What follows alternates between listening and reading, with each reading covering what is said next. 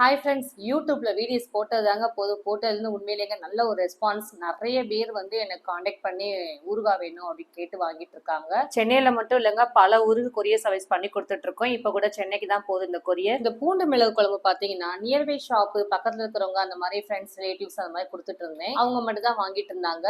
Online service நான் இன்னும் பண்ணல, இப்பதான் ஸ்டார்ட் பண்ணேன். ஸ்டார்ட் பண்ணதுதான் போதும், நிறைய பேர் கால்ஸ் பண்ணி ஆர்டர் பண்ணி வாங்கிட்டு இருக்காங்க. ஊறுகாய் வாங்கும் போதெல்லாம் அதோட சேர்த்து பூண்டு மிளகு குழம்பு புளியோதரையும் சொல்லி கேட்டு வாங்கிட்டு இருக்காங்க.